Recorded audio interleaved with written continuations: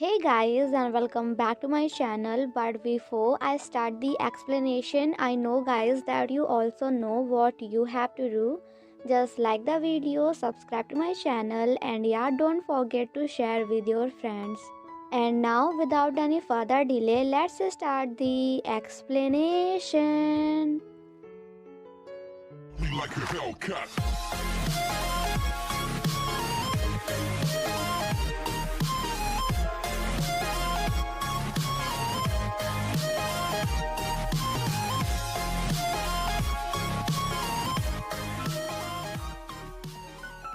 Part 4 की शुरुआत में हम यांगशी को देखते हैं जो कि काफ़ी ज़्यादा हैप्पी होती है बिकॉज फाइनली उसका पैर ठीक हो चुका है।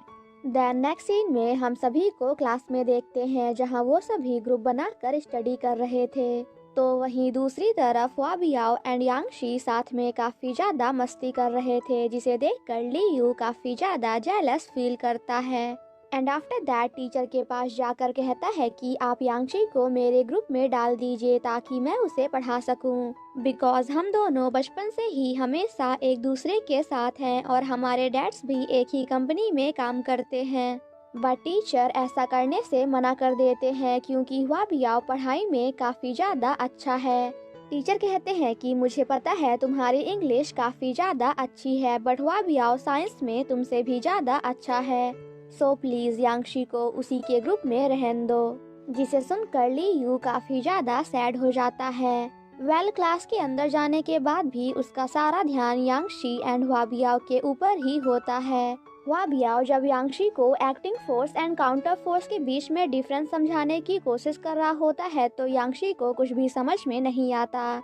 और फिर क्या था जिसके बाद तो इन दोनों के बीच में इसी बात को लेकर काफी ज्यादा बहस हो जाती है। देन नेक्स्ट सीन में हम उन दोनों को बाहर उन्हीं गुंडों के पास देखते हैं जहां हुआ बियाओ सामने वाले मोटू को काफी ज्यादा चाटे खिलवा कर acting force and counting force के बीच में डिफरेंस समझाने की कोशिश करता है। बट मोटू के काफी ज्यादा चाटे खाने के बाद भी हमारी पागल यांगशी को कुछ भी समझ में नहीं आता जिसे देखकर मोटू काफी ज्यादा गुस्सा हो जाता है एंड यांगशी से कहता है कि अरे पागल यांगशी, ये तो मुझे समझ में आ गया तो फिर तुझे समझ में क्यों नहीं आया। एंड आफ्टर दैट वो दो बॉल्स लेकर यांगशी को समझाते हुए कहता है कि ध्यान से देखो, इसे कहते हैं बैलेंस फोर्स एंड इसे कहते हैं काउंटर फोर्स, क्या अब समझ में आया। जिसे देखकर यांगशी कहती है कि हाँ अब समझ में आया, मतलब अगर तुम मुझे पहले ही बॉल लेकर समझा देते तो तुम्हें इतने ज्यादा चाटे थोड़ी खाने पड़ते। पर क्या तुम ठीक हो? I mean, are you okay? जिसे सुनने के बाद तो भाई हमारे मोटू भाई का रिएक्शन देखने लायक था। बेचारा मोटू भी सोच रहा होगा कि अजीब बात है, मतलब पहले किसी को पेट भर मार लो एंड देन कहो कि क्या तुम ठीक हो। यांगशी हुआबियाओ को बताती है कि आज मॉर्निंग में मुझे एक लड़की ने बताया कि अब मैं भी रेस में पार्टिसिपेट कर सकती हूँ बिकॉज कुछ रीजंस की वजह से रेस कंपटीशन कुछ दिनों के लिए पोस्टपोन्ड हो गया है और अब तो मेरे पैर भी बिल्कुल पहले की तरह ठीक हो गए हैं। वहीं दूसरी तरफ हम लियू को हुआंग के पास देखते हैं जहाँ हुआंग उसे बताती है कि मैं तुम्हें पसंद करती हूँ, I like you। जिस पर लियू कहता है कि मुझे पता है बट आई थिंक अब तुम्हें घर जाना चाहिए बिकॉज काफी रात हो चुकी है। हुआ बियाओ एंड यांगशी जब सभी लोगों के साथ एंजॉय कर रहे होते हैं तभी वहाँ पे लियू आकर यांगशी को साथ में घर चलने के लिए कहता है बिकॉज काफी देर हो चुकी है। हुआ बियाओ जब लियू को ड्रिंक ऑफर करता है तो लियू उसे कम्प्लीटली इग्नोर कर देता है। देन नेक्स्ट सीन में हम उन दोनों को घर में देखते हैं जहां यांगशी लियू की मॉम के लिए लेटर लिख रही थी।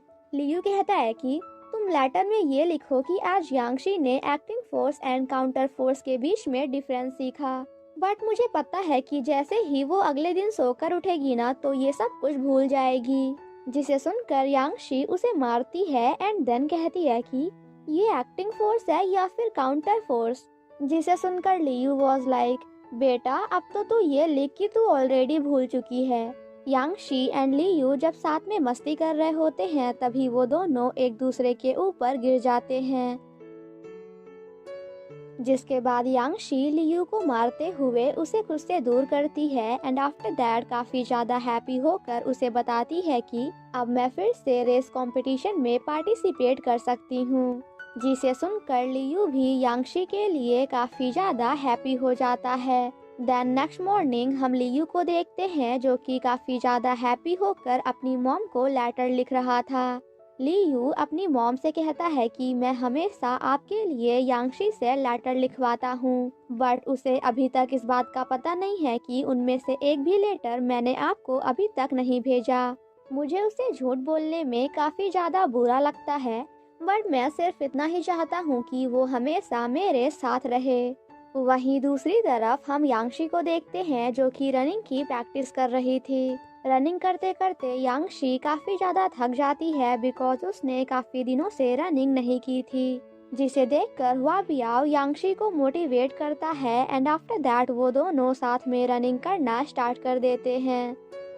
उन दोनों को साथ में देखकर लियू फिर से काफी ज्यादा जेलस फील करता है।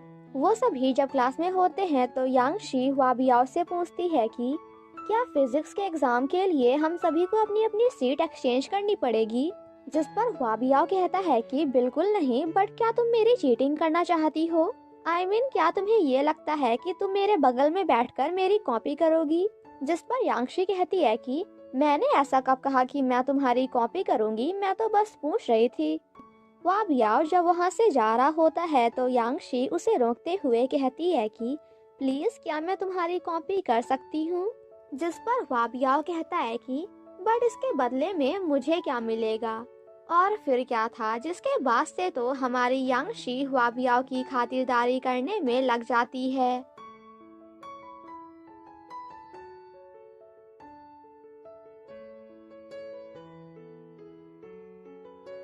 लियू टीचर के पास जाकर कहता है कि मैं भी फिजिक्स कंपटीशन में पार्ट लेना चाहता हूँ, बट टीचर उसे ऐसा करने से मना कर देते हैं। लियू कहता है कि आपने ही कहा था ना कि मेरी साइंस अच्छी नहीं है, दैट्स वाई मैं भी अपने आप को प्रूफ करना चाहता हूँ। टीचर तो पहले उसे पार्टिसिपेट करने से मना करते हैं, बट हुआबियाओ के बोलने के बाद वो भी रेडी हो जाते हैं। देन सेम नाइट हम लियू को देखते हैं जो कि पूरी रात जागकर घर में पढ़ाई करता है। तो वहीं दूसरी तरफ हुआबियाओ बड़े आराम से बैठकर कॉमिक बुक्स पढ़ रहा था एंड आफ्टर दैट अपने बैग में से एक नोट्स निकालकर उसे थोड़ा बहुत पढ़ता है एंड देन बड़े आराम से सोने के लिए चला जाता है। गाइस, अगर आपके पास दिमाग हो तो ऐसा, नहीं तो नहीं हो। देन नेक्स्ट सीन में हम सभी को एग्जामिनेशन हॉल में देखते हैं जहां वो सभी अपना अपना पेपर कर रहे थे। हुआबियाओ सबसे पहले अपना पेपर फिनिश करके वहां से चला जाता है और सबसे आखिरी में हमारा लियू जब बाहर जाता है तो बाहर हुआबियाओ उसका वेट कर रहा था। कुछ दिन ऐसे ही बीत जाते हैं। देन नेक्स्ट सीन में हम उन सभी को क्लासरूम में देखते हैं जहां सीतू आकर उन सभी को बताता है कि फिजिक्स कंपटीशन में हमारे हुआबियाओ ने फर्स्ट प्राइज जीता है। जिसे सुनकर क्लास के सभी बच्चे काफी ज्यादा हैप्पी होते हैं एंड हुआबियाओ के लिए क्लैपिंग्स करते हैं। यांगशी जब लियू को सैड देखती है तो वो उसके पास जाकर उसे मोटिवेट करने की कोशिश करती है। यांगशी कहती है कि फिजिक्स में तुम्हें प्राइज नहीं मिला तो क्या हुआ, बट इंग्लिश में तुम्हारे टक्कर का यहाँ पे है क्या कोई। तभी थोड़ी देर बाद वहाँ पे टीचर आकर हुआबियाओ की आंसर शीट को क्लासरूम में लगा देते हैं एंड आफ्टर दैट क्लास के सभी बच्चों को हांगकांग की टिकट दिखाते हुए कहते हैं कि कंपटीशन जीतने की वजह से हुआबियाओ को कुछ दिनों के लिए हांगकांग जाने का मौका मिला है, वो भी फ्री में। जिसे सुनकर क्लास के सभी बच्चे काफी ज्यादा हैप्पी हो जाते हैं। हुआबियाओ सभी बच्चों से कहता है कि तुम सभी जो कुछ भी मुझसे हांगकांग से मंगवाना चाहते हो उसे लिखकर मुझे दे दो। देन नेक्स्ट सीन में हम लियू को देखते हैं जो कि अकेले खड़े होकर हुआबियाओ की आंसर शीट को देख रहा था एंड आफ्टर दैट हुआबियाओ के पास जाकर उसे कंपटीशन जीतने के लिए कॉन्ग्रेचुलेशंस बोलता है एंड आफ्टर दैट फाइनली यहाँ पे हुआबियाओ एंड लियू की भी काफी अच्छी वाली फ्रेंडशिप हो जाती है। देन नेक्स्ट सीन में हम उन सभी को क्लास में देखते हैं जहां आज उन सभी का फिजिक्स का एग्जाम होने वाला है। टीचर सभी बच्चों से कहते हैं कि इस बार हुआबियाओ फिजिक्स का एग्जाम नहीं देगा क्योंकि वो ऑलरेडी फिजिक्स एग्जामिनेशन में फर्स्ट प्राइज जीत चुका है। बट एग्जाम नहीं देगा तो कुछ तो करेगा। सो हुआबियाओ क्लास की चेकिंग करेगा ताकि तुम में से कोई भी चीटिंग ना कर पाए। जिसे सुनकर यांगशी काफी ज्यादा हैप्पी हो जाती है बिकॉज उसे ऐसा लगता है कि अब तो हुआबियाओ उसे जी भर के चीटिंग करने देगा। हुआबियाओ यांगशी के पास जाकर कहता है कि इस बार मेरी नजर सबसे ज्यादा तुम ही पे होगी। जिस पर यांगशी कहती है कि आखिर तुम मेरे साथ ऐसा कैसे कर सकते हो।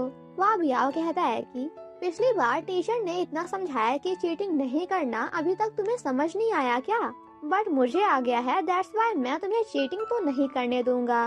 और फिर क्या था, जिसके बाद तो वो यांगशी के आगे पीछे ऐसे लग जाता है जैसे शहद के पीछे मधुमक्खी।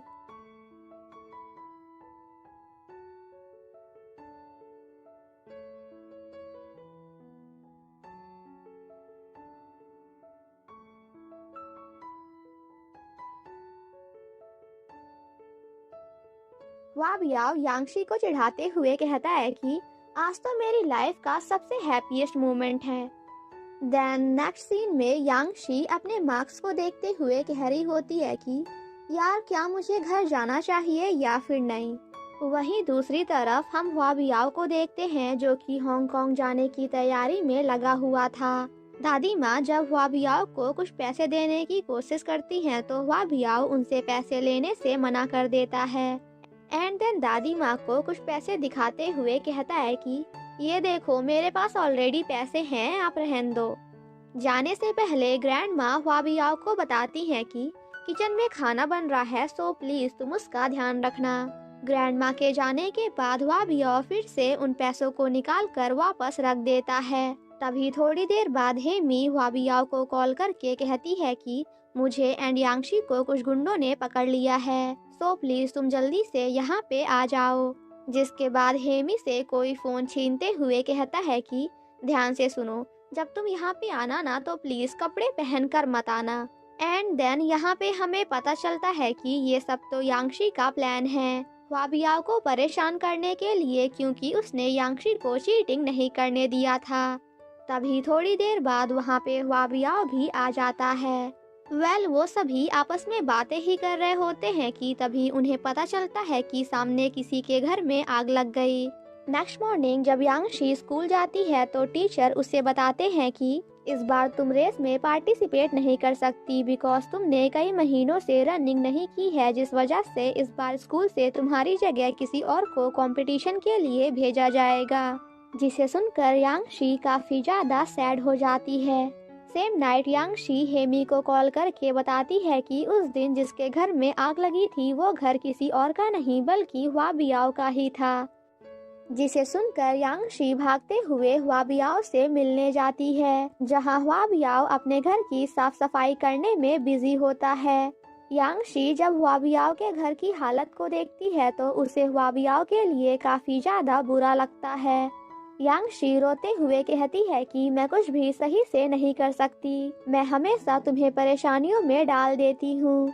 यांगशी को रोता हुआ देखकर हुआबियाओ उसके पास आकर उसे समझाते हुए कहता है कि अरे पागल, कितना रोएगी, चुप हो जा, बिकॉज ये सब तेरी वजह से नहीं हुआ है। क्योंकि उस दिन जब मैं तुम दोनों से मिलने आया था ना, तब मैंने आने से पहले गैस को बंद कर दिया था, बट मेरी ग्रैंडमा को ये लगा कि अभी तक खाना अच्छे से पका नहीं है, दैट्स वाई उन्होंने गैस को फिर से ऑन कर दिया। हुआबियाओ यांगशी को उसकी कंडीशन के बारे में स्कूल में किसी को भी बताने से मना करता है। देन नेक्स्ट सीन में हम हुआबियाओ एंड उसकी ग्रैंडमा को घर की साफ सफाई करते हुए देखते हैं। एंड यहाँ पे हमें पता चलता है कि अब हुआबियाओ हांगकांग नहीं जा सकता क्योंकि उसकी फ्लाइट्स की टिकट भी जल चुकी हैं। एंड गाइज गेस व्हाट, नहीं पता, कोई नहीं, मैं बताती हूँ। तो इसी के साथ हमारा ये एपिसोड यहीं पे ख़त्म हो जाता है। Thank you so much guys for watching my explanation. Stay safe and healthy, bye bye.